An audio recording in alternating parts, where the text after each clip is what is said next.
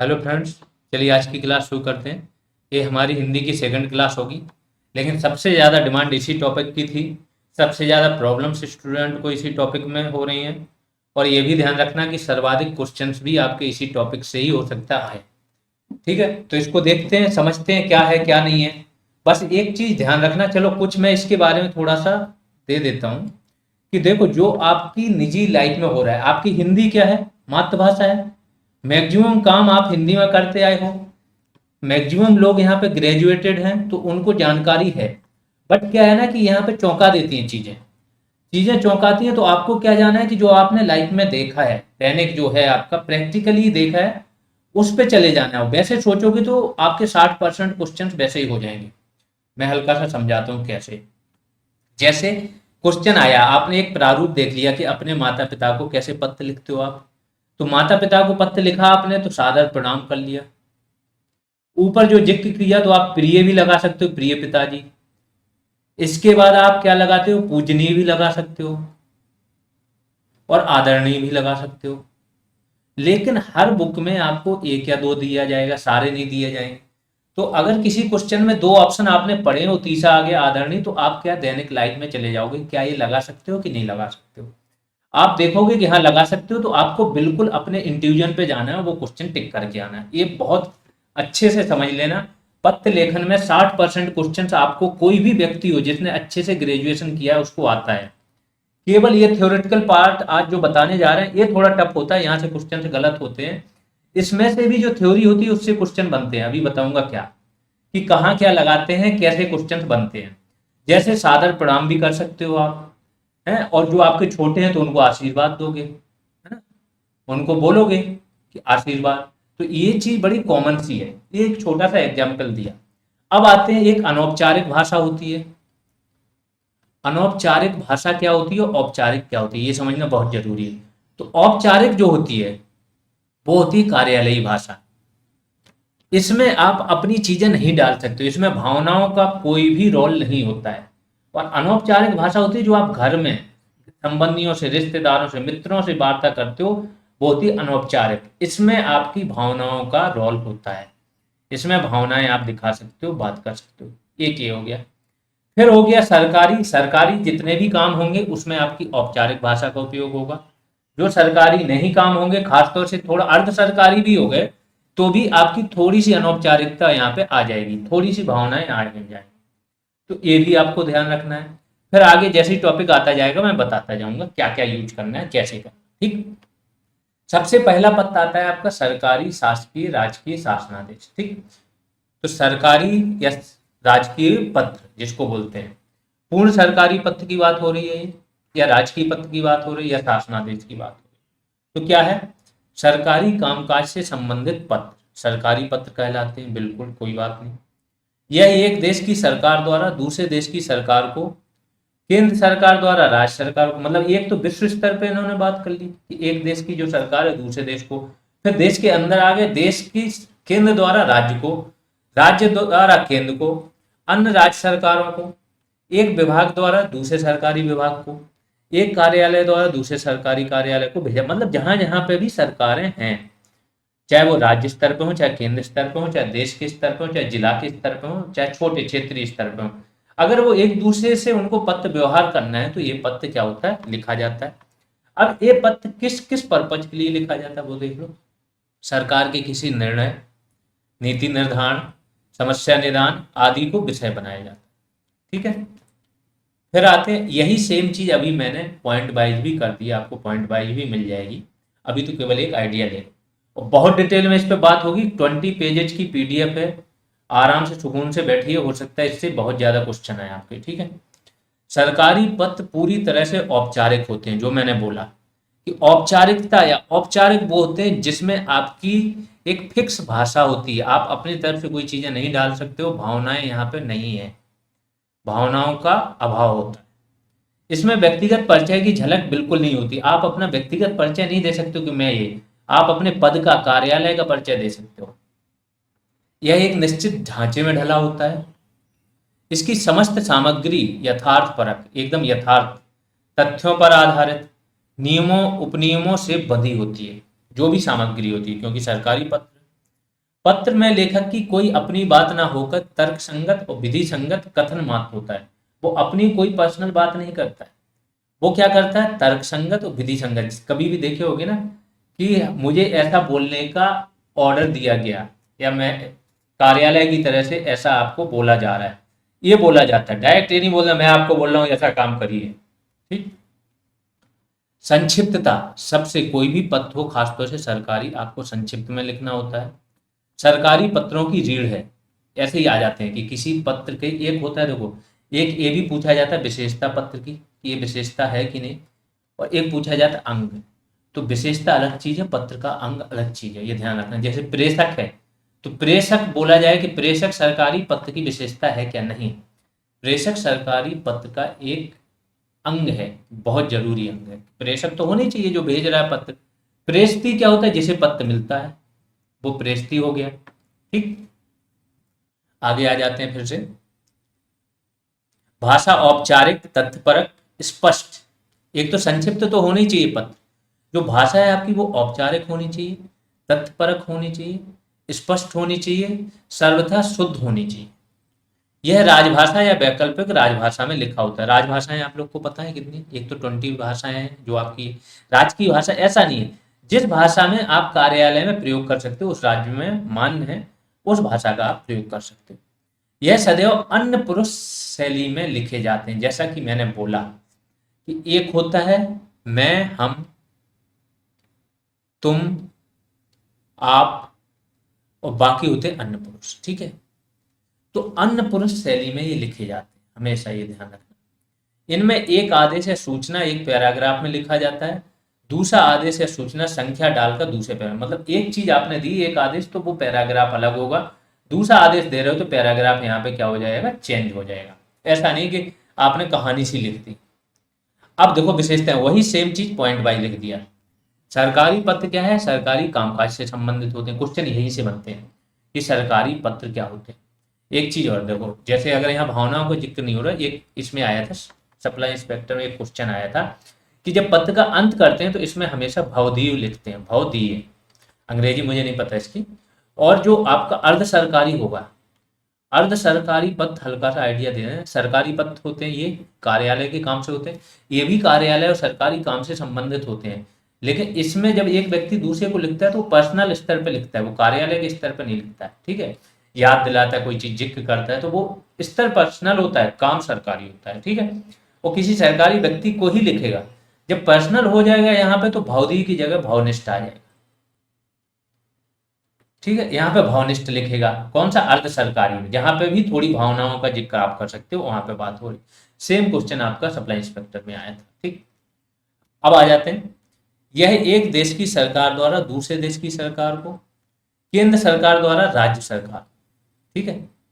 केंद्र सरकार वही सेम चीज जो वहां पे वही बोल रहा हूँ, राज्य सरकार द्वारा केंद्र सरकार को, अन्य राज्य सरकार द्वारा एक सरकारी विभाग या कार्यालय को दूसरे सरकारी विभाग या कार्यालय को लिखा जाता है। ये ध्यान रखो कि कोई भी सरकारी कार्यालय है, चाहे उच्च स्तर का हो, ओवरऑल तो सब कार्यालय है, चाहे जो पीएम है तो पीएम ऑफिस है, तो वो क्या है, सरकार थोड़ी है, ऑफिस है एक उसका। गवर्नर है, राष्ट्रपति है तो उसका ऑफिस। तो जो भी ऑफिस सरकारी है उसके द्वारा दूसरे ऑफिस को लिखा जाता है। इसमें सरकार के किसी निर्णय, नीति निर्धारण, समस्या निदान को विषय बनाया जाता है। वही सेम चीज है जो चीज बता चुका हूं। यह पत्र पूरी तरह से औपचारिक होते हैं, इसमें व्यक्तिगत परिचय की झलक बिल्कुल नहीं होती। यही सेम चीज बोलेंगे, आपको ऑप्शन बना देंगे, सरकारी पत्र औपचारिक होते हैं कि अनौपचारिक होते हैं। सरकारी पत्र में क्या आपकी भावनाओं का स्थान होता है या व्यक्तिगत परिचय की झलक होती है। यह एक निश्चित ढांचे में ढला होता है। ठीक है। निश्चित ढांचा होता है इसका। इसकी समस्त जो सामग्री है वो यथार्थपरक तथ्यों, नियमों, उपनियमों से बना होता है। दूसरी बार मैं इसलिए रिपीट कर रहा हूं कि आपको यहीं से याद हो जाना चाहिए। पत्र में लेखक की कोई अपनी बात ना होकर तर्क संगत एवं विधि संगत कथन मात्र होता है। संक्षिप्तता सरकारी पत्रों की रीढ़ है, संक्षिप्त में ही लिखना होता है, इतना समय नहीं होता किसी को पढ़ने का। आप, और ऐसा भी नहीं है कि संक्षिप्तता के चक्कर में आप अपनी पूरी बात करने से रह गए, या बात का जो पूरा सार निकलता है वो ना निकाल पाओ, वो तो निकालना ही निकालना है, कम से कम शब्दों में। भाषा इसकी औपचारिक होती है, जो मैंने बताया, तथ्यपरक होती है, स्पष्ट होती है, सर्वथा शुद्ध होती है। राजभाषा या वैकल्पिक भाषा में लिखा जाता है। अन्य पुरुष शैली में लिखा जाता है। जैसे एग्जाम्पल है, मुझे यह सूचित करने का निर्देश हुआ है। जैसा मैंने बोला कि मैं और तुम नहीं होता है, मैं तुम हम ये सब नहीं, मुझे यह सूचित करने का निर्देश हुआ है। एक आदेश या सूचना एक पैराग्राफ में, दूसरा आदेश या सूचना संख्या दूसरे पैराग्राफ से लिखा जाता है। ये पूरे जितने भी सरकारी पद थे, ये सारी विशेषताएं आ गई। ठीक है, बस अब फिर से इसको शॉर्ट फॉर्म में बना दिया है कि कैसे एक देश, राज्य, कार्यालय, विभाग, विषय सामग्री, ढांचा क्या होना चाहिए, कथन, भाषा, शैली क्या है। तो यहाँ पे आपके सरकारी पत्रों की बात हो चुकी है। अब आते हैं इनका महत्व क्या है सरकारी पत्रों का। तो महत्व है, समस्त सरकारी क्रियाकलाप, शासनादेश सरकारी पत्रों पर ही निर्भर होते हैं। बिल्कुल सही बात है, तभी तो सरकारें काम करेंगी। सरकारी पत्र समस्त सरकारी क्रियाकलापों को वैधानिक आधार देते हैं। वैधानिक मतलब कानूनी आधार। इनको आप फिर न्यायालय में रख सकते हो या कानूनी अमली जमा पहना सकते हो। भविष्य के संदर्भ में दस्तावेजीकरण का आधार होता है। अगर भविष्य में जानते हो कि आप जो रिकॉर्ड रखना होता है डेटा का, वो आप इसको संरक्षित करके रख सकते हो। जब भी दस्तावेज मांगे जाए आरटीआई के थ्रू तो आप दे सकते हो, तो ये उसके भी काम करते हैं। अब सबसे जो इम्पोर्टेंट चीज है सरकारी पत्र की, वो देख लीजिए कि इसके कौन कौन से अंग होते हैं। तो विशेषताएं और अंग में अंतर होता है, ये ध्यान रखना। कभी विशेषताएं पूछें, उसके अंदर अगर आपने अंग डाल दिया तो वो गलत हो जाएगा। ठीक है, तो पत्र संख्या होनी चाहिए। अनुभाग होना चाहिए, यहाँ पे विभाग भी लिख सकते हो। ठीक है, तो विभाग के अंदर ही क्या होता है आपका अनुभाग, विभाग होता है, फिर अनुभाग होगा। तो पत्र संख्या, अनुभाग और वर्ष, इसके बाद विभाग और कार्यालय, इसके बाद स्थान और तिथि, फिर प्रेषक का नाम, प्रेषित का नाम, विषय, संबोधन, मुख्य भाग, समापन, और अगर चाहो तो उसमें नीचे पृष्ठ का 1 नंबर है, पेज नंबर जो लिख सकते हो। ठीक है, पृष्ठांकन। ये 9 इसके मुख्य पार्ट है, मुख्य अंग है। क्या क्या फिर से देख लो कि यहाँ तक तो आए हो, आपका यहाँ तो पत्र स्टार्ट ही हुआ, ऊपर लिखोगे ये। अगर कोई पत्र लिख रहे हो सरकारी पत्र, तो पत्र संख्या लिखनी होगी। पत्र संख्या का भी आपको स्थान देखना होगा। कभी कभी पत्र संख्या का स्थान इधर होता है आपके राइट कॉर्नर पे, और कभी कभी इधर भी होता है आपका। तो कुछ कुछ पत्रों में वो अभी जिक्र करेंगे कि कहाँ लेफ्ट साइड में लिखते हैं, कहाँ राइट साइड में लिखते हैं। प्रेषक का स्थान आपको पता होना चाहिए। प्रेषित जिसको आप भेज रहे हो, प्रेषित उसको। विषय आपको पता होना चाहिए, विषय कहाँ पे लिखना। विषय के बाद जब आप संबोधन कर सकते हो, महोदय, जो भी लगाते हो। ठीक है, और इसके बाद आप अपनी मुख्य भाषा लिखते हो जो आपको पत्र में लिखनी होती है, वो मुख्य भाग हो गया। ठीक, फिर समापन करते हो भावधी या भावनिष्ठ करके, आपका ये वो है ना, ये चीज कर देते हो, और लास्ट में पृष्ठांक। ये मुख्य भाग हो गए। अब ये हल्का सा फिर से वही चीज बता रहे हैं कि प्रशासनिक पत्र, वही सरकारी पत्र की बात हो रही। पत्र की भाषा सरल और बोलचाल की होनी चाहिए। ठीक है, भाषा इसकी सरल होनी चाहिए, बोलचाल की होनी चाहिए। शब्दों के प्रयोग विषय एवं भावानुकूल, शब्दों का जो आप प्रयोग कर रहे हो वो विषय के अनुकूल हो, और जो आप कहना चाह रहे हो उसके अनुकूल होने चाहिए। पत्र की शैली जो होनी चाहिए, रोचक होनी चाहिए, मधुर होनी चाहिए, आत्मीय होनी चाहिए और सहज होनी चाहिए। ठीक है, पत्र का अंत जो होना चाहिए नम्रता के साथ होना चाहिए, आदर के साथ होना चाहिए, आत्मीयता के साथ होना चाहिए, और प्रेम की अभिव्यक्ति होनी चाहिए। बट उसमें भी है कि कौन सा पत्र में किस तरीके से आपको करनी है। आप वो शब्द नहीं क्रॉस कर सकते हो। जैसे जहाँ पे भवदी है तो भवदी, अब भवदी में आपका नम्रता भी है, आदर भी झलक रही है, आत्मीयता भी झलक रही है। अब शीर्षक, पत्र का शीर्षक होना चाहिए, तिथि होनी चाहिए, जिसको आप संबोधित कर रहे हो संबोधन होना चाहिए, अभिवादन होना चाहिए, है ये पत्र के अनुसार होना चाहिए और क्रम के अनुसार होना चाहिए कि ऊपर से नीचे तक पहले क्या लिखना है। अब इनके पत्र देख लेते हैं, सरकारी पत्र कितने टाइप के होते हैं, ये बहुत इंपॉर्टेंट है। तो सबसे पहले तो आपका सामाजिक पत्र होता है, सामाजिक पत्राचार होता है, और दूसरा होता है कार्यालयीन पत्राचार। तो ये सामाजिक पत्राचार है, सरकारी नहीं है, ये आपका पर्सनल है, पर्सनल पत्राचार है। ये है कार्यालयीन, ये सरकारी और सरकारी 2 टाइप का हो सकता है। तो सामाजिक में देख लेते हैं, गैर सरकारी पत्र व्यवहार को सामाजिक पत्राचार कहते हैं। ठीक है, कौन कौन से होते हैं इसमें, संबंधियों के पत्र, आपके जो रिलेटिव्स हैं,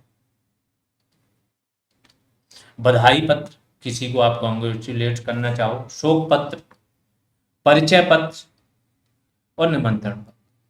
ये कुछ एग्जाम्पल्स हैं आपके क्या, सामाजिक पत्राचार। दूसरा पत्राचार क्या है आपका, कार्यालयीन पत्राचार। या कार्यालय पत्र, ये जो किसी कार्यालय या कार्यालय के अधिकारी को लिखे जाते हैं। ठीक, ऐसे कार्यालयीन पत्रों को समस्त प्रशासकीय एवं व्यावसायिक पत्रों, ऐसे कार्यालयीन जो पत्र होते हैं उनको क्या बोला जाता है, समस्त प्रशासकीय एवं व्यावसायिक पत्रों को ऐसे पत्रों के अंतर्गत रखा जाता है। ठीक है, विशेष रूप से कौन कौन से हैं इसमें पत्र देख लीजिए। सामान्य पत्र एक नॉर्मल का पत्र होता है, ऑर्डिनरी लेटर जिसको बोलते हैं। दूसरा होता है कार्यालय आदेश, ऑफिस ऑर्डर। इस सब की बात करेंगे अभी डिटेल में, अभी तो सिर्फ बता दे रहे कितने प्रकार के, वन बाई वन करके आएंगे, सबका प्रारूप भी देखेंगे हम, एग्जाम्पल्स भी देखेंगे, बहुत सारी चीजें देखेंगे। ठीक है, फिर तीसरा होता है आपका अर्ध सरकारी पत्र, डीओ, इसको डेमी बोलते हैं, demi official order, DO, demi official letter होता है। ठीक है, चौथा होता है आपका अनुस्मारक या स्मरण पत्र, रिमाइंडर। जब आप किसी को कोई एक पत्र भेज चुके होते हो, उस पर कोई कार्रवाई ना हो तो दोबारा याद दिलाने के लिए आप क्या रिमाइंडर भेजते हो। अधिसूचना क्या होती है, गवर्नमेंट निकालती है केंद्र या राज्य के स्तर पर, और राजपत्र में उसको प्रकाशित करती है, तो नोटिफिकेशन देखेंगे। फिर परिपत्र, एक सर्कुलर होता है। सर्कुलर क्या होता है, कार्यालय में एक व्यक्ति ऊपर का बैठ के देता है, जैसे एसपी ऑफिस से गया, सारे दरोगाओं को गया, तो एक साथ बहुत सारे लोगों को भेजा जाता है, ये होता है परिपत्र आपका। प्रेस विज्ञप्ति क्या होती है, प्रेस विज्ञप्ति भी जो होती है आपकी, वो भी एक प्रकार का नोटिफिकेशन ही होता है, लेकिन इसमें कम महत्व की चीजें होती हैं। और अधिसूचना जो होती है वो अधिक महत्व की चीजें होती हैं, बस इतना अंतर। ये प्रेस को दे दिया जाता है, नॉर्मल दैनिक चीजें भी दी जा सकती हैं, और उसमें क्या होता है, अधिक महत्व की चीजें जो सरकार के खुद के गजट में भी प्रकाशित होती है। अब इंपॉर्टेंट पॉइंट देख लेते, अभी सब पे आएंगे हम, वन बाई वन के, परिपत्र पे भी आएंगे, अधिसूचना पे आएंगे, अनुस्मारक पे भी आएंगे। किसी भी शासकीय पत्र में सबसे ऊपर तत्संबंधित मिसल या डायरी से ली गई पत्र संख्या रहती है। तो अगर आप किसी कार्यालय में हो तो आपको जो पत्र होता है उसका पूरा डेटा मेंटेन करना होता है, तो आप एक डायरी से संख्या उठाते हो, इतनी संख्या का पत्र, तो जब भी कोई जांच हो या पत्र निकाला जाए तो उस संख्या का पत्र निकाला जाएगा, तो आपके कार्यालय को वो पत्र मिल जाए। ठीक है, तो पत्र संख्या रहती है। इसके थोड़ा नीचे बाएं हाथ पर एक प्रेषक अधिकारी का नाम, पदनाम एवं शासकीय पता लिखा होता है। ठीक है, जो पत्र संख्या है, नाम के साथ आईएएस तथा पीसीएस तो लिखे जा सकते हैं, परंतु बीए, एमए, पीएचडी कभी नहीं लिखे जाते। बहुत इंपॉर्टेंट है, ध्यान रखना। प्रारूप के इस अंश में अर्धविराम तथा पूर्ण विराम कभी नहीं देना चाहिए। तो अर्धविराम और पूर्ण विराम आपको कभी नहीं देना चाहिए जब आप ये सब चीज लिखते हो। प्रत्येक शब्द की सीध में नीचे प्राप्तकर्ता का नाम। ठीक है, एक तो प्रेषक हो गया, दूसरा जिसको आप भेज रहे हो प्रेषित, उसकी भी बात होगी, तो वो हो गया प्राप्तकर्ता का नाम। केवल पदनाम और पता लिखा होता है, नाम नहीं लिखा होता है, तो उसका पदनाम और पता। अर्ध सरकारी पत्र में प्रेषक तथा प्राप्तकर्ता दोनों का नाम होना चाहिए। तो ये किसकी बात हो रही है, सरकारी पत्र। अर्ध सरकारी में क्या है, दोनों का नाम होना चाहिए, और नाम के पूर्व, अर्ध सरकारी में नाम के पूर्व श्री भी लगाते हैं। तो अर्ध सरकारी में जैसा मैंने बोला कि अर्ध सरकारी में थोड़े से आप क्या हो जाते हो, अनौपचारिक होने लगते हो, क्योंकि वो व्यक्तिगत स्तर पे लिख रहे हो ना आप, ये कार्यालय के स्तर पे नहीं लिख रहे हो, तो यहाँ पे श्री भी लगा सकते हो और नीचे आप भवनिष्ठ भी लगा सकते हो। शासकीय पत्र के आवश्यक अंग जो मैंने बोला, पहले भी बता दिया, सेम चीज है। पत्र भेजने वाले शासकीय कार्यालय का नाम, पत्र की संख्या, पत्र प्रेषक का नाम, प्रेषती का नाम,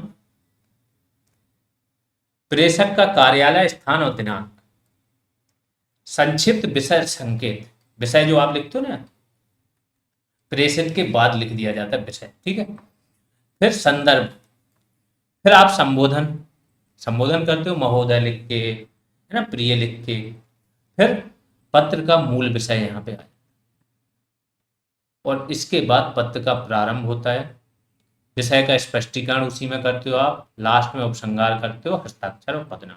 ये चीजें याद नहीं करनी, सिर्फ एक माइंड मैप बना लो, 2-3 बार इन चीजों को पढ़ लो। जो वहां पे अंग बताए थे सेम ही है, थोड़ा सा भाषा शब्द चेंज हो गए हैं, बाकी सब सेम है। ये एक प्रारूप, पहले 2-3 बार इसको पढ़ लेना सारी चीजों को, फिर सब जितने भी पत्र हैं सरकारी, अर्ध सरकारी, सब में ये कॉमन मिल जाएगा। बहुत सारी चीजें कॉमन मिल जाएंगी, कुछ चीजें किसी में होती हैं किसी में नहीं होती। इसके बाद जब आप प्रारूप देखोगे तो सीधा आपका आइडिया लगेगा, हाँ ये बात हो रही, ये नहीं हो रही, ये लिखना है, ये नहीं लिखना है। बहुत आसान है, जो मैंने बोला पत्र लेखन लगता टफ है बहुत आसान। इसलिए क्योंकि जब आप इसको समझ लेते हो अच्छे से, और समझ के आप एक एक शब्द देख लेते हो कि यहाँ पे क्या बात कर रहे हैं, यहाँ पे श्री लगा रहे कि नहीं लगा रहे, यहाँ पे आपको डेट कहाँ लिखनी है, कहाँ पे आपको विभाग का नाम लिखना है, कहाँ पे विषय लिखना है, कहाँ पे नाम लिखना नहीं लिखना, वो सारी चीजें आपको मुश्किल से 1 या 2 घंटे में समझ में आ जाती।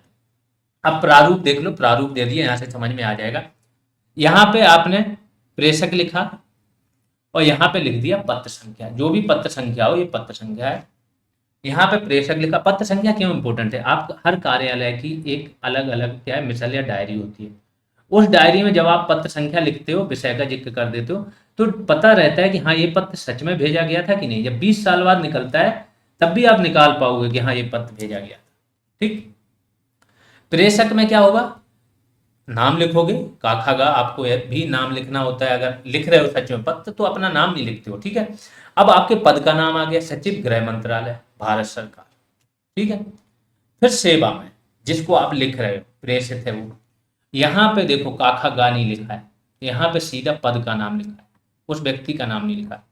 मुख्य सचिव उत्तर प्रदेश शासन लखनऊ, तो यही है कि यहाँ तो नाम लिख सकते हो प्रेषक का, लेकिन यहाँ प्रेषित का नाम नहीं लिख रहे हो क्योंकि सरकारी पत्र की बात हो रही है। जब अर्ध सरकारी पत्र होगा तो वहां पे यहाँ पे लिखा होगा पत्र संख्या के पहले लिखा होगा अर्ध सरकारी या अर्ध शासकीय पत्र संख्या, ठीक है, यहाँ पे वो जिक्र कर देंगे।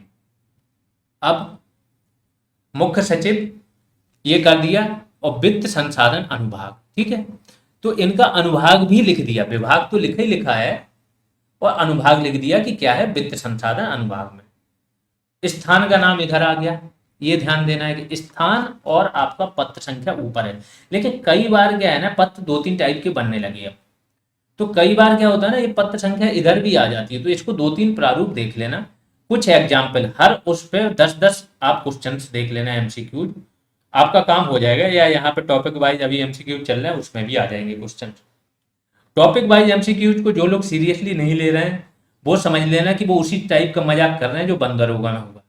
कुछ लोग इसलिए हो गए क्योंकि बंद दरोगा में अच्छे मार्क्स आ गए, वहां पे उन्होंने सीरियसली लिया, काम किया, अब वो थोड़े से वो हो गए कि हाँ वो तो सब आता है, वो यहाँ पे गलती करके वो अपना लॉस कर रहे हैं। और एक चीज और बताते हैं, जो टेक्स्ट बुक वाले हैं, जितने भी स्टूडेंट मुझे मिल रहे हैं, मैक्सिमम स्टूडेंट 230 के आसपास स्कोर कर ले रहे हैं। अब पता नहीं वहां पे कैसे टेस्ट हो रहे हैं, तो जो लोग इस चक्कर में है कि हाँ ये अच्छे स्कोर आ रहे हैं, ये वो तो आ रहे हैं, बहुत अच्छी बात है, इसमें और बढ़ा सकते हो ना आप, 5-10 नंबर और ऐड कर सकते हो। तो थोड़ा सा लापरवाह यहाँ पे नहीं होना है, आपको पढ़ना है, तरीके से पढ़ना है, ठीक है। अब यहाँ पे अनुभाग हो गया, तो आप क्या लिखोगे, विषय। विषय क्या है, जैसे बाढ़ पीड़ितों की सहायता के संबंध में विषय लिखा गया है। यहाँ पे आपने संबोधन कर दिया महोदय, ये है आपका क्या संबोधन, किसी को संबोधित करके। आगे चले गए कि देखो अन्य पुरुष शैली आ गई है, आप इसमें जो आपका उत्तम पुरुष है या मध्यम पुरुष उसमें नहीं लिख रहे हो, इसमें क्या लिख रहे हो, मुझे सूचित करने का निर्देश हुआ है कि भारत सरकार ने राज्य में बाढ़ पीड़ितों को सहायता देने हेतु उत्तर प्रदेश सरकार को 500 करोड़ रुपए का विशेष पैकेज स्वीकृत किया, जिसे उत्तर प्रदेश शासन को प्रेषित किया जा चुका है। भारत सरकार इसकी प्रगति के साथ साथ व्यय का अनुमान भी चाहती है, ठीक है। तो ये भारत सरकार लिख कौन रहा है, ये देखो सचिव, गृह मंत्रालय का सचिव लिख रहा है, मतलब केंद्र सरकार, केंद्र सरकार का सचिव लिख रहा है किसको, राज्य सरकार के मुख्य सचिव को। बड़ी पोस्ट पे है, बड़ी पोस्ट वाला नीचे पोस्ट वाला, पहली चीज अपना वो नाम लिख रहे हैं, लेकिन यहाँ इनका नाम की जरूरत नहीं, पद की जरूरत है। यहाँ पे आपकी पत्र संख्या आ गई है, ठीक है, पत्र संख्या आ गई। इसके बाद यहाँ पे आपकी डेट आ गई, स्थान आ गया, स्थान और डेट एक साथ आ गई। यहाँ पे प्रेषक आ गया, और यहाँ पे प्रेषित आ गई, और यहाँ पे अनुभाग आ गया, फिर विषय आ गया, और फिर संबोधन आ गया। फिर ये मुख्य पाठ है, मुख्य बॉडी है जो आप कहना चाहते हो, ये यहाँ तक आपने कह दी बात। और लास्ट में आपने पत्र का क्या एंड किया, क्या भावधी करके हस्ताक्षर किए, काखागा और सचिव भारत सरकार। अब कुछ प्रतिलिपियां पत्र की भेजी जाती हैं, एक व्यक्ति को तो भेजा नहीं जाता है, तो फिर से यहाँ पे पत्र संख्या का जिक्र कर दिया, दिनांक का जिक्र कर दिया फिर से, और इसकी प्रतिलिपि जिसको भेजनी है वो, फिर आज्ञा से करके फिर से उन्हीं का नाम से। तो भवदी करके यहाँ पे मुख्य बॉडी का भी एंड किया और सबसे लास्ट में भी इन्होंने एंड किया। ये पूरा प्रारूप है, ये ध्यान रखो, ये शासकीय पत्र का प्रारूप है। फिर से सेम प्रारूप, प्रेषक कौन है, पत्र संख्या, सेवा में फिर से क्या है, अनुभाग, विषय, स्थान, दिनांक, महोदय। जब ये करके भवदी, हस्ताक्षर, पदनाम, संख्या, दिनांक, प्रतिलिपि किसे भेजनी, आज्ञा से, हस्ताक्षर, पद। ठीक है, फिर आगे चलते हैं। सरकारी पत्र हो गया, मुझे लगता है बहुत अच्छे समझ में आ गया होगा। अब जब सरकारी और अर्ध सरकारी देखोगे आप, तो अर्ध सरकारी में आप देखोगे ज्यादा अंतर नहीं आएगा, कुछ चीजों का अंतर आएगा। मैक्सिमम चीजें क्या होंगी आपकी, रिपीट होंगी या कॉमन होंगी, तो कोई बड़ी चीज नहीं, फिर धीमे धीमे समझ बन जाएगी। क्या होता है कि जब एक चीज आप 2-4 बार देखते हो, सुनते हो, तो फिर समझ बननी शुरू हो जाती है। तो अर्ध सरकारी पत्र, जैसा मैंने बोला, तो सरकारी पत्र क्या होता है, एक कार्यालय के अधिकारी द्वारा दूसरे कार्यालय के अधिकारी को, एक कार्यालय द्वारा दूसरे कार्यालय को लिखा जाता है सरकारी। सेम चीज यहाँ पे भी है, लेकिन यहाँ जब एक अधिकारी दूसरे अधिकारी को लिखता है, सरकारी काम के संबंध में लिखता है, लेकिन ये उसकी पत्र की जो भाषा होती है वो पर्सनल स्तर पे लिखता है, ठीक है, व्यक्तिगत स्तर पे उस व्यक्ति को लिखता है। तो भाषा थोड़ी सी यहाँ पे क्या, औपचारिक से अनौपचारिकता की ओर बढ़ जाती है।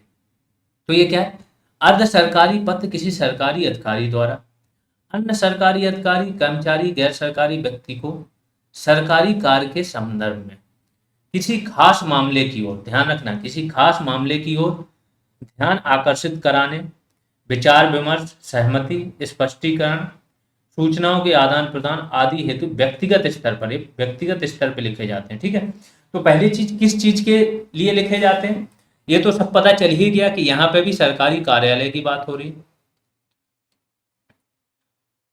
लेकिन सरकार, जब एक ऑफिस से दूसरे ऑफिस को नहीं लिखा जा रहा है, क्योंकि ऑफिस व्यक्तिगत नहीं होता है, तो यहाँ सरकारी अधिकारी हो जाएगा, एक सरकारी कार्यालय के अधिकारी द्वारा दूसरे अधिकारी।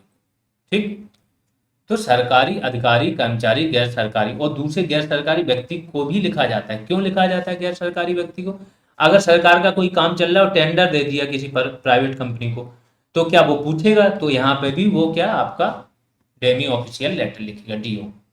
तो सरकारी कर्मचारी, गैर सरकारी व्यक्ति को सरकारी कार, बस कार लेकिन सरकारी होगा, ये ध्यान रखो, ये नहीं कि आप पर्सनल बातें करने लगे अपनी, कार सरकारी होगा, इसके संदर्भ में किसी खास मामले की ओर ध्यान आकर्षित कराने, विचार विमर्श, सहमति, स्पष्टीकरण, सूचनाओं के आदान प्रदान आदि हेतु व्यक्तिगत स्तर पर लिखे जाते हैं। सरकारी कार्य के संदर्भ में होने के बावजूद पत्र का प्रारूप व्यक्तिगत तथा अनौपचारिक होता है। ये ध्यान रखो कि पत्र का प्रारूप क्या होता है, व्यक्तिगत होता है और अनौपचारिक यहाँ पे होने लगा।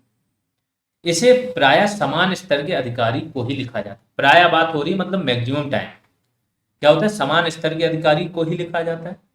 अर्ध सरकारी पत्रों की भाषा सरकारी पत्रों की तरह आदेशात्मक या औपचारिक नहीं होती है। फिर से ध्यान रखो, वहां पे भाषा क्या है, या तो ऊपर से नीचे वालों को ही लिखा जा रहा है तो आदेशात्मक है,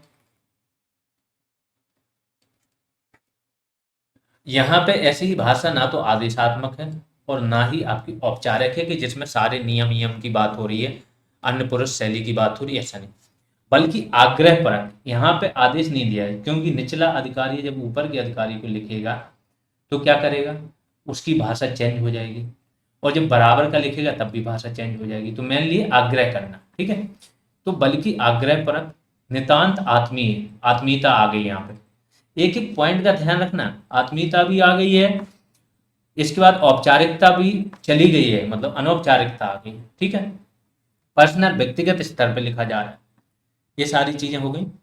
इसमें अभिवादन संबोधन का विशेष महत्व होता है। जब आप संबोधित करते हो तो क्या बोल के संबोधित करते हो, लास्ट में जब आप अभिवादन करते हो तो क्या बोल के अभिवादन करते हो, इसका बहुत महत्व है। तथा पत्र प्रिय से प्रारंभ होता है। फिर ध्यान रखो, यहाँ पे क्या है, पत्र क्या हो गया, प्रिय से प्रारंभ हो रहा है, वहां पे प्रिय वगैरह का कोई भी रोल नहीं था। अर्ध सरकारी पत्र कभी कभी गोपनीय होते हैं। सारी विशेषता यहाँ पे आ गई, इससे ज्यादा नहीं पूछी जाएंगी, ये ध्यान रखना। बहुत बेस्ट कंटेंट दिया जा रहा है आपको हिंदी में भी, हिंदी के टॉपिक्स भी हम बेस्ट तरीके से खत्म करेंगे और केवल वो टॉपिक छोड़ेंगे जिसमें सिर्फ याद करना है आपको। जैसे विलोम है, पर्यायवाची, इसमें समझाने वाली कोई बात नहीं है, लोकोक्तियां, मुहावरे, इसमें कोई बात नहीं, बाकी हम ऑलमोस्ट सारी चीजें कवर करेंगे जो जो चीजें समझने वाली हैं, समझाने वाली। ठीक है। इसमें सरकारी पत्रों की तरह संलग्नक तथा पृष्ठांकन नहीं होते हैं। तो दूसरी चीज संलग्नक, जो आप उसमें कोई चीज संलग्न कर देते हो, कोई पत्र के साथ कोई और चीज संलग्न कर दी। पृष्ठ अंकन, जो पेज नंबर होते हैं, वो भी नहीं है, ध्यान रखो, बहुत इंपॉर्टेंट चीज है। अर्ध सरकारी पत्रों में लिफाफे का विशेष महत्व होता है, जिस लिफाफे में रख के पत्र जाता है उसका विशेष महत्व होता है, क्योंकि ये ध्यान रखो, क्योंकि इसी पर अर्धशासकीय पत्र होने का संकेत होता है। इस लिफाफे पे ही होता है कि ये पत्र सरकारी है कि अर्ध सरकारी है। अगर वो अर्ध सरकारी होता है तो सिर्फ उस व्यक्ति को मिलना चाहिए जिसके लिए भेजा गया, और कार्यालयी पत्र सरकारी है तो कार्यालय में कोई और बाबू, नीचे के बाबुओं को भी मिल जाता है, वो भी खोल के दे सकता है। ठीक है। तो जिससे संबंधित व्यक्ति द्वारा खोले जाने की शर्त पूरी होती है। तो जिस व्यक्ति को भेजा गया है वही उसको खोले, इसके लिए क्या होता है, लिफाफे पे ही इसका संकेत होता है। कुछ कार्यालयों में अर्ध सरकारी पत्रों हेतु पैड छपे होते हैं। कुछ कार्यालयों में क्या होता है, इसका प्रारूप होता है, पैड बने होते हैं अर्ध सरकारी पत्रों हेतु। तो आप उसमें केवल नेम वगैरह भरते हो, नेम, काम की चीजें एक्स्ट्रा, और ज्यों का त्यों दे देते हो। ठीक, ये आपकी इसकी विशेषताएं हो गई। अब इसमें इसका प्रारूप देख लीजिए। एक अधिकारी है, उन्होंने अपना नाम लिख दिया, काखागा, जिलाधिकारी इलाहाबाद। यहाँ पे देखो, जहां पे पत्र संख्या था, अब यहाँ पे आ गया अर्धशासकीय पत्र संख्या, कहाँ से भेजा गया, स्थान और डेट। ठीक है। अब यहाँ पे जो बोला कि प्रिय आ गए, अब यहाँ सीधा आवासाय पद का नाम नहीं आया, वहां पे तो इनका नेम भी नहीं था। ये जो पर्सन है जिनको भेजा जा रहा है उनका नेम भी नहीं था, केवल पद का नाम था, विभाग था। ठीक है। यहाँ पे इनका नाम आ गया और प्रिय भी लग गया।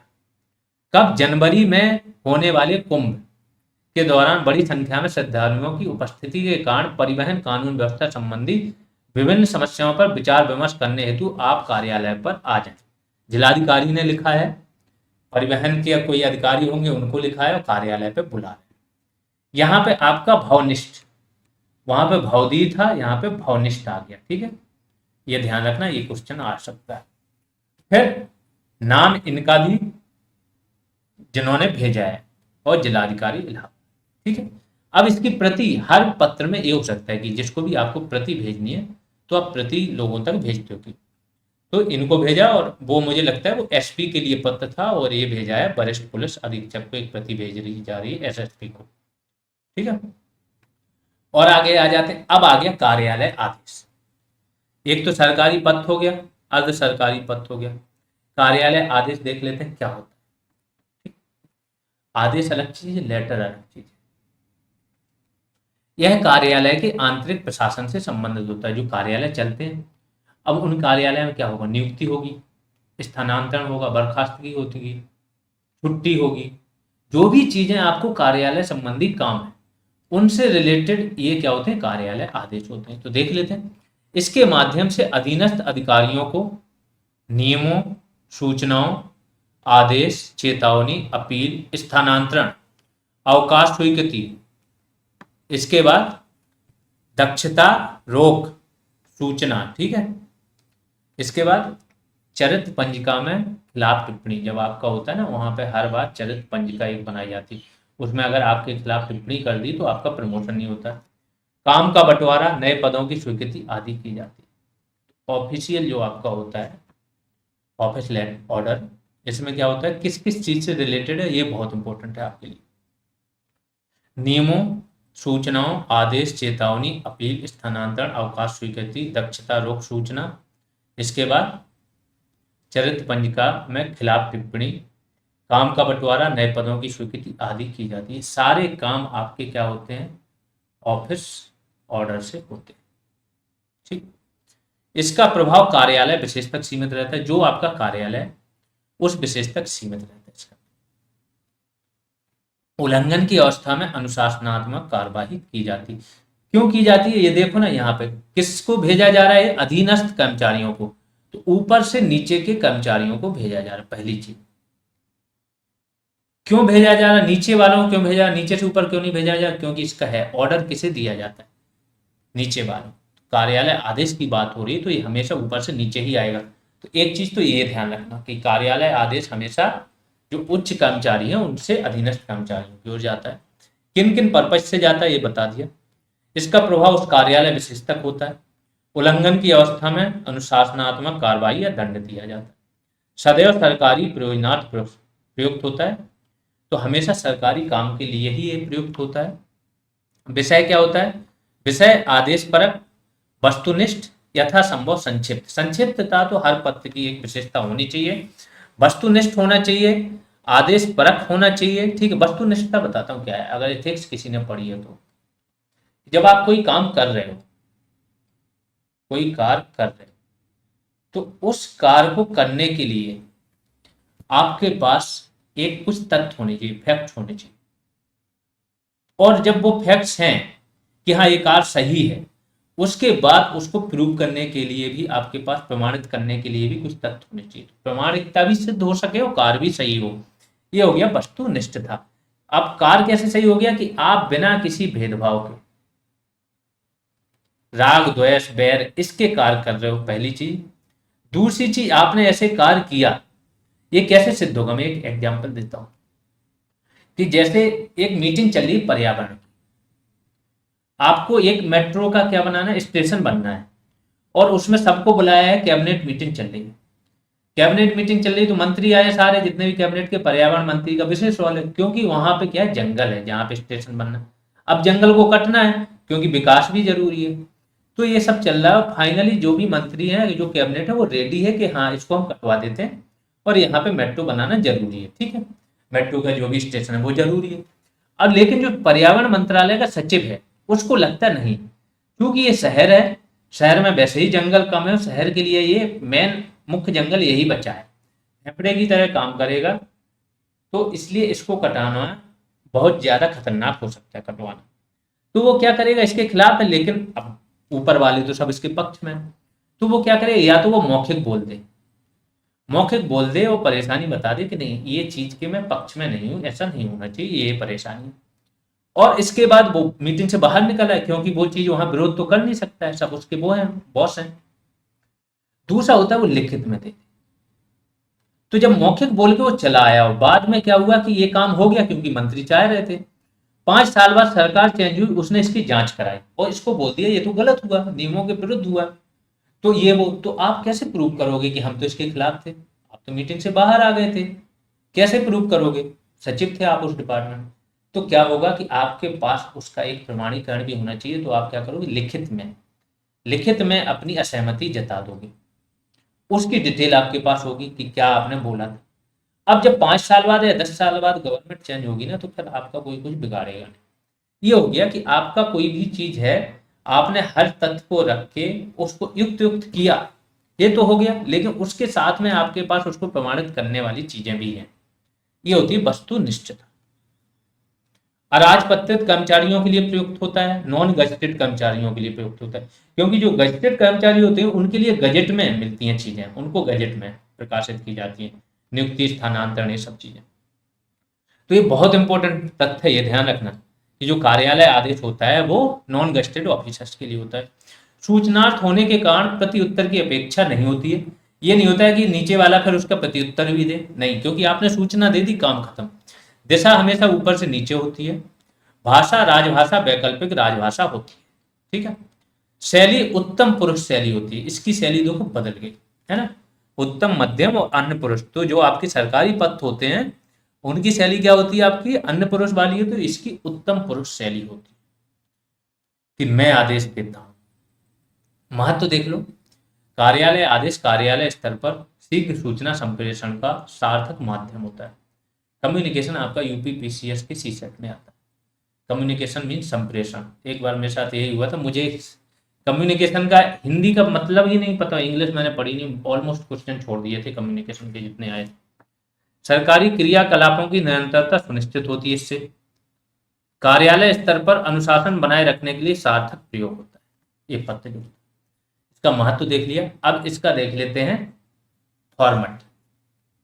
यहां पे आपका क्या है, उस कार्यालय का नाम है लोक सेवा आयोग उत्तर प्रदेश, पत्र की संख्या है और स्थान है, दिनांक है। तो यहाँ पे सब बीच में दे दिया, ये ध्यान रखो। कार्यालय आदेश में सबसे ऊपर ही दे दिया, फिर एक हेडिंग डली नीचे कार्यालय आदेश, और फिर पूरा आदेश कि शासन द्वारा यह जानकारी हुई दिस दिस दिस जो भी था, और लास्ट में हस्ताक्षर और जिसका है उस व्यक्ति का नाम और पद। काम खत्म हो गया। ठीक है, फिर संख्या, स्थान, डेट, और इसकी प्रतिलिपि कहाँ कहाँ भेजनी है आपको? लोक सेवा आयोग के समस्त कर्मचारियों को सूचनार्थ अनुफलान प्रेषित कर दी। प्रतिलिपि आप भेज सकते हो, ये लिखना ना लिखना कोई जरूरी नहीं किसी उसमें, प्रतिलिपियां भेजी जाती हैं सरकारी जितने भी कार्य। और लास्ट में फिर से सेम चीज, आज्ञा से हस्ताक्षर आवासा संयुक्त। ठीक है, अब आते हैं विज्ञप्ति और अधिसूचना। अधिसूचना क्या होता है? अधिसूचना और विज्ञप्ति एक ही चीज होती है, बस प्रेस विज्ञप्ति अलग होती है, ये ध्यान रखना। प्रेस विज्ञप्ति जो होती है वो कम महत्व के मामलों पे होती है, डायरेक्ट प्रेस को दी जाती है। अधिसूचना या विज्ञप्ति होती है वो सरकार अपने गजट, उच्च पदों की ओर से निर्गमित पत्र क्या होता है, जिसमें नए नियमों, विनियमों, अधिनियमों, आदेश, नियुक्ति, स्थानांतरण, सेवानिवृत्ति आदि की सूचना होती है। तो जो नए नियम है, एक तो कार्यालय आदेश होते हैं, उसमें जो नियम बन गए चल रहे हैं उनकी बात होती है। इसमें नए नियम, नए विनियम, अधिनियम जो नए पारित हुए हैं कानून, आदेश, नियुक्ति, स्थानांतरण, सेवानिवृत्ति आदि की सूचना होती है। तो इसमें गजेटेड ऑफिसर्स की बात हो रही पहली चीज, वो नॉन गजेटेड ऑफिसर्स के लिए। सर्वोच्च पद से लिखे जाने के कारण औपचारिक शब्दों का प्रयोग होता है, औपचारिकता बढ़ जाएगी अपने आप। सरकार के जो टॉप ऑफिस हैं उनकी बात हो रही। विषय वस्तुनिष्ठ होता है, संक्षिप्त होता है और एकार्थी होता है, जिसके 10 अर्थ नहीं निकाल सकते, डायरेक्ट भाषा होती है। सूचनार्थ होने के कारण प्रत्युत्तर की अपेक्षा यहाँ पे भी नहीं होती है। दिशा सदैव इसकी ऊपर से नीचे, दिशा हमेशा याद रखना। एक तो दिशा याद रखना, औपचारिकता अनौपचारिकता कहाँ हो रही है ये भी बहुत ध्यान रखना है ना, ऊपर से नीचे आ रहा है क्या आ रहा है और किन किन पर्पज से लिखा जा रहा है। भाषा राजभाषा या वैकल्पिक राजभाषा, ये तो हर जगह है। शैली, इसकी शैली फिर से आ गई क्या, अन्य पुरुष, क्योंकि जहां पे औपचारिकता आ जाएगी वहां पे क्या होगा, अन्य पुरुष शैली आ जाएगी। अब आ जाते हैं विज्ञप्ति क्या होता है। विज्ञप्ति तथा प्रेस विज्ञप्ति में अंतर होता है। प्रेस विज्ञप्ति में सामान्य स्तर की सूचना सार्वजनिक महत्व की होती है, सार्वजनिक महत्व की ये भी होती है, लेकिन स्तर क्या होता है, सामान्य स्तर, जिसे जन सामान्य के लिए दैनिक समाचार पत्रों में प्रकाशित किया जाता है। जबकि विज्ञप्ति विशेष महत्व की होती है तथा सरकारी कामकाज से संबंधित होती है, इसका प्रकाशन सरकारी गजट में। बस ये अंतर है कि विज्ञप्ति और प्रेस विज्ञप्ति में इतना डिफरेंस है कि ये सरकारी गजट में होती है और ये दैनिक समाचार पत्रों में प्रकाशित होती है। यहाँ पे सामान्य महत्व होते हैं और यहाँ पे विशेष महत्व। महत्व देख लेते हैं इन दोनों का। अधिसूचनाओं के माध्यम से ही विशिष्ट सरकारी सूचनाओं को अधिकृत सूचना में परिवर्तित किया जाता है। अधिकृत सूचनाएं जो हैं कि हाँ सरकार ऐसा बोल रही है, जब तक देखो गजट में, सरकार के गजट में कोई कानून बन गया ना, जैसे अभी तक आपको बता दें कि आपका कानून बन गया है citizenship amendment act, CAA, but ये अभी तक लागू नहीं हुआ। पता क्यों? क्योंकि इसको सरकारी गजट में इसके जो नियम है वो प्रकाशित नहीं करिए, तो ये अभी तक लागू नहीं। तो ये होता है सरकारी गजट का महत्व। तभी कोई चीज मानी जाती है जब सरकार अपने गजट में प्रकाशित करे। गजट में प्रकाशित कर भविष्य के लिए संदर्भ संरक्षित किया जाता है। ठीक है, भविष्य के संदर्भ के लिए इसको क्या संरक्षित किया जाता है। राजपत्रित अधिकारियों का सेवा विवरण जो गजेटेड ऑफिसर होते हैं अधिसूचना के माध्यम से ही सुनिश्चित किया है। बहुत ध्यान रखना, क्योंकि उनका नाम ही है गजेटेड ऑफिसर, तो गजट का ही प्रयोग होगा। तो जो भी उनकी नियुक्ति होगी, स्थानांतरण होगा या हटाया जाएगा, वो सब अधिसूचना के माध्यम से ही सुनिश्चित किया जाएगा। अब आ जाते हैं प्रारूप देख लेते हैं। यहां पे भी सेम है, विभाग या शासन का नाम, तो उत्तर प्रदेश शासन, नियुक्ति अनुभाग 4, संख्या, स्थान, दिनांक, अधिसूचना। अब यहां पे नीचे लिख दिया इन्होंने क्या, नियुक्ति। कार्यालय आदेश जैसा ही ऊपर का प्रारूप, बहुत ध्यान से देखना। उत्तर प्रदेश लोक सेवा आयोग द्वारा आयोजित सम्मिलित प्रवर अधीनस्थ सेवा परीक्षा 2011 के परिणाम के आधार पर निम्न सफल अभ्यर्थियों को वेतनमान इतने से इतना, ग्रेड पे इतने पर, उप जिलाधिकारी के रिक्त स्थायी पदों पर एक परीक्षा पर रखे जाने हेतु, चयन किया जाता है, ऐसा इन्होंने बोला। अब नाम दे दिया, अनुक्रमांक वगैरह दे दिया, बाकी जो भी चीजें दी है ना वो सारी चीजें इन्होंने दे दी। यहाँ पे हस्ताक्षर करके अपना पद का नाम और नाम, संख्या किसको प्रतिलिपि भेजी जाए, और फिर से आज्ञा से हस्ताक्षर। ठीक है, ये सारी चीजें इन्होंने दे दी, जिस जिसको भेजा जाना है वो चीज। तो यहाँ पे एक तो ये ध्यान रखना, दो लोगों के हस्ताक्षर हो रहे हैं, यहाँ पे सचिव के होने, यहाँ पे आपके संयुक्त सचिव के, क्योंकि सचिव के नाम से पत्र छपता है जैसे राज्यपाल के नाम से छपता है, लेकिन हस्ताक्षर लास्ट में नीचे क्या किसके होते हैं, सचिव के। तो भेजा जिससे जा रहा है वो एक व्यक्ति जिसके द्वारा भेजा जा रहा है, ये छपा हुआ होता है पहले से। अब आ जाते हैं परिपत्र। परिपत्र क्या होता है, सर्कुलर। सर्कुलर में पहली एक मुख्य चीज तो याद रखना कि एक साथ कार्यालय में जब एक साथ बहुत सारे नीचे के अधिकारी होते हैं, कर्मचारी होते हैं, उनको भेजा जाता है, एक साथ बहुत सारे लोगों को मिलता है, उसी को क्या बोलते हैं, परिपत्र बोलते हैं। तो यह सरकारी पत्र का ही एक रूप है। जब विषय एक हो, एक विषय हो, प्रेषक एक हो, भेजने वाला भी एक हो, परंतु पाने वाला अलग अलग हो तथा अनेक हो, तो सरकारी पत्र ही क्या है, परिपत्र बन जाता है। बस सिंपल सी बात है। जो सरकारी पत्र होता है अगर उसका विषय सेम हो, भेजने वाला एक ही हो और पाने वाले बहुत सारे हो, तो क्या हो जाएगा, सरकारी पत्र ही परिपत्र बन जाता है। कार्यालयीय भाषा में इसे गस्ती पत्र कहते हैं। गस्ती, गस्त लगा के चिट्ठी वहीं आ जाती है, क्योंकि जिसके पास गए उसके साइन हो जाते हैं, उसको बोल देता है हाँ मुझे मिल गया, फिर साइन ऐसे फाइनल वहीं आ जाता है जहां से भेजा। किसी कार्यालय द्वारा अपने अधीनस्थ कर्मचारियों को परिपत्र जारी करते समय उसके साथ एक सादा पृष्ठ भी नत्थी कर दिया जाता है। ठीक है, जब परिपत्र जारी किया जाता है तो उसके साथ एक सादा पत्र क्या है, नत्थी कर दिया जाता है। इसका क्या यूज होता है, सादा पेज। ठीक है, इसका यही यूज होता है, उस पर साइन करते जाते हैं जिसको मिले, जिस पर समस्त कर्मचारियों को सूचना अवगत होने के हस्ताक्षर के साथ ही वहीं लौट आता है। तो जिन कर्मचारियों को वो चीज परिपत्र मिल गया तो वो वहां पे साइन कर देता है कि मुझे मिल गया, उस पृष्ठ पे जो अलग है सादा पृष्ठ, और वो वहीं लौट आता है जहां से ये निकला होता है। तो ये गस्ती पत्र होता है। इसका प्रयोजन सदैव सरकारी होता है तथा दिशा ऊपर से नीचे होती है। इसकी भी दिशा याद रखना, काम हमेशा सरकारी के लिए होता है और दिशा ऊपर से नीचे होती है। परिपत्र का प्रारूप एवं रचना शैली सरकारी पत्र जैसा ही होता है। इसकी प्रारूप एवं रचना शैली कैसी, सरकारी पत्र जैसी होती है। इसमें सूचना, जानकारी या आदेश निहित होते हैं। इसे राजभाषा, वैकल्पिक राजभाषा, ये तो सब में कॉमन है, और अन्य पुरुष शैली होती है क्योंकि सरकारी की बात हो रही। ये पूरी तरह से औपचारिक, जहां पे औपचारिक होंगे वहां पे शैली अपने आप अन्य पुरुष शैली हो जाएगी। महत्व तो देख लेते हैं। सूचना में एक रूपता बनी रहती है। इसमें मितव्ययिता के तीनों गुण, समय, लागत और श्रम लाघव, सब क्या होता है, और व्यय। ठीक है, व्यय का लाघव, व्यय मतलब कम हो, सीधी बात है, समय कम लगे और श्रम भी कम लगे, तीनों गुण पाए जाते हैं इसमें। अब इसका एक प्रारूप देख लेते हैं परिपत्र का। तो ये है प्रारूप आपका। परिपत्र संख्या यहाँ पे रहती, अब इसका बदल गया। तो अधिसूचना वगैरह कार्यालय आदेश अलग था, परिपत्र एक पत्र प्रकार का हो गया। ठीक है, जैसा बोला कि सरकारी पत्र ही है, बस इसमें क्या है कि एक व्यक्ति को ना भेज के कई व्यक्तियों को सेम चीज भेजी जाती। तो कुछ अंतर नहीं है। जो सरकारी पत्र में आपने देखा था प्रेषक, यहाँ पे परिपत्र संख्या।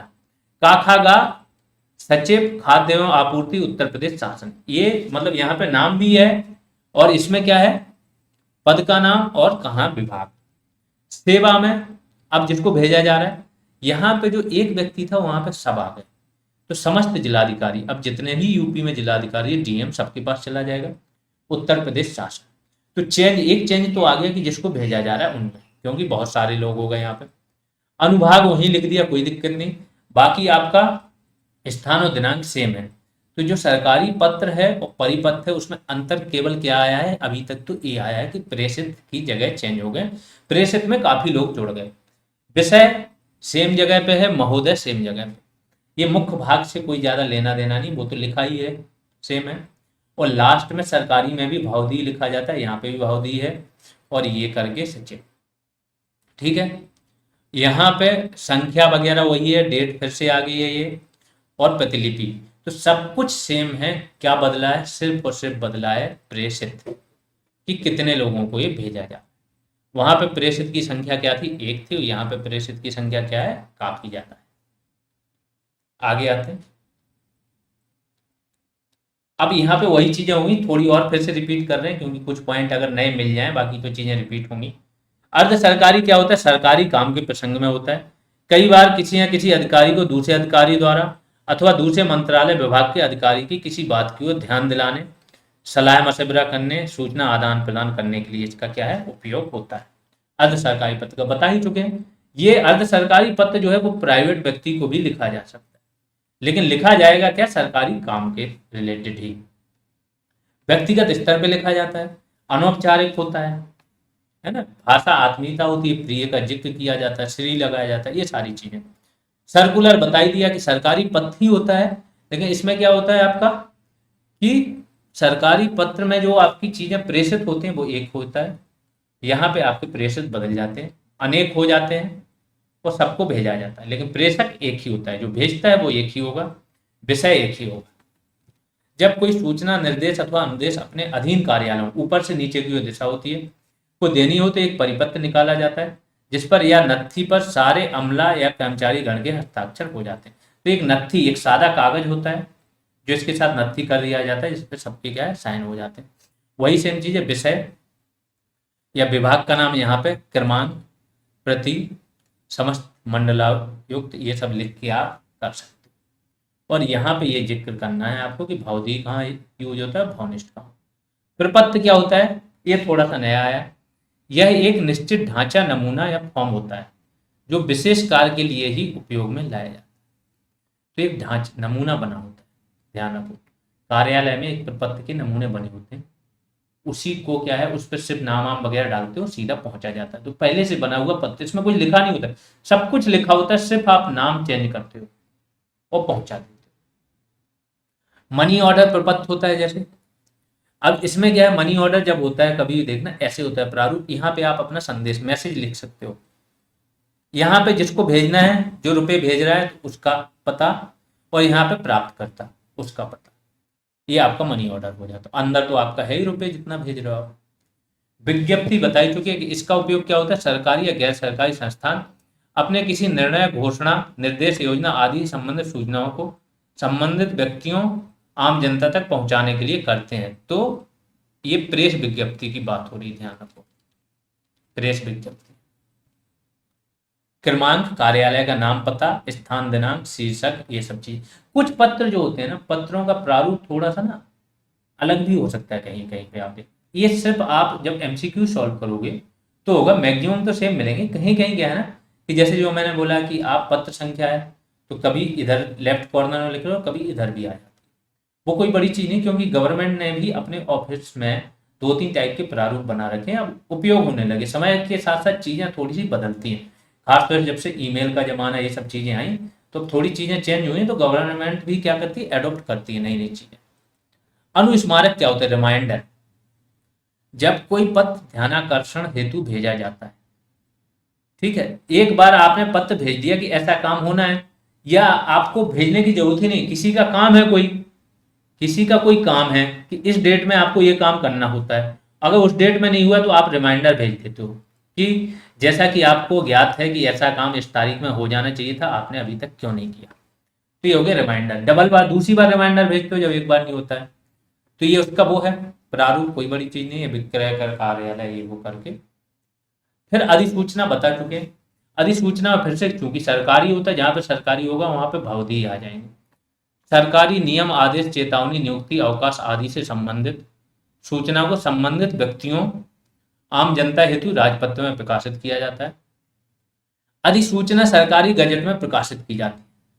जिस अधिसूचना को गजट में प्रकाशित नहीं किया जाता उन्हें समाचार पत्र आदि के माध्यम से प्रकाशित किया जाता है, और उसे क्या बोलते हैं? प्रेस विज्ञप्ति। बस इतना ध्यान रखो, अधिसूचना जो होती है सरकारी गजट में होती है वो विज्ञप्ति हो जाती है, और जिसको सरकारी गजट में ना प्रकाशित करके समाचार पत्रों में प्रकाशित किया जाता है, कम महत्व की होती है, तो प्रेस विज्ञप्ति हो जाती है। अधिसूचना किसी व्यक्ति को संबोधित करके नहीं लिखी जाती है, तो किसी व्यक्ति विशेष को संबोधित करके नहीं लिखी जा रही है। क्रमांक, विभाग, अधिसूचना, दिनांक, अवधि, ये सब चीज़ों का जिक्र होता है। यहाँ पे मुझे लगता है सारे जितने भी टाइप के, एक और आता है रिजोल्यूशन। ये क्वेश्चन चूंकि उसमें आया था सप्लाई इंस्पेक्टर, मेरा गलत हुआ था इसलिए बता रहे हैं कि जब सरकार अपनी कोई नीति की घोषणा करती है तो वो किसके माध्यम से करती है ना? औद्योगिक नीति, इंडस्ट्रियल पॉलिसी। तो औद्योगिक नीति की जब सरकार घोषणा करेगी वो हमेशा रेजोल्यूशन से करती है। तो कभी भी देखा होगा इंडस्ट्रियल पॉलिसी रेजोल्यूशन।